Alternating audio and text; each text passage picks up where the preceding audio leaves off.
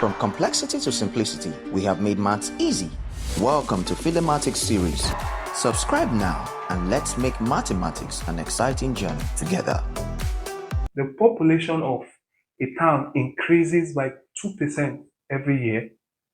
After 2 years, the population is 83,232. Calculate correct to the nearest thousand, the original population. What you notice here is a compounding effect. So we can invoke the formula of compound interest to solve this. Remember, in compound interest, if you want to find the amount that the principal will yield to, it is principal 1 plus the rate in percent raised to power number of years or the time. So we are given the amount, which is 83,232.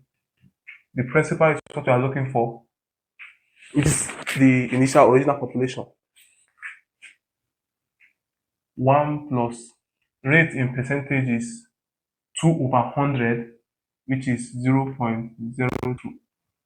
Raised to power the number of years, 2. To find P, we simply divide 83,232 by this 1.02 to power 2. And if you divide this, what you have is 80,000. And from our option, the correct answer is A.